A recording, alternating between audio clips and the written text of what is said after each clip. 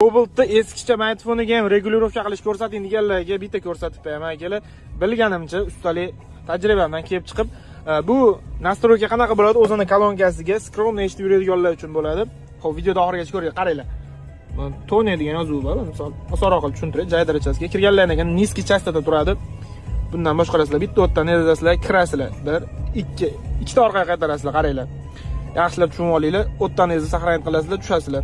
Sredniy chastota turibdi akalar. Buni 1 2 3 3 ta plus qo'shib o'chib berasizlar. Endi visokiy chastota ko'ryapsizlar. Bitta o'tdan ezi kiramiz. Qo'shamiz, oxirida ko'tarmaymiz, ikkita qoladi mana. Ko'rdilarmi? Endi mana tashqariga chiqib ketamiz, eshitib ko'ramiz.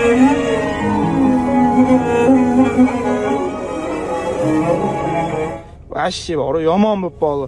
Cobalt eskicha magnitofoni borlar, jo'natib qo'yinglar. Xudo xolasa video foydali bo'ladi inshaalloh.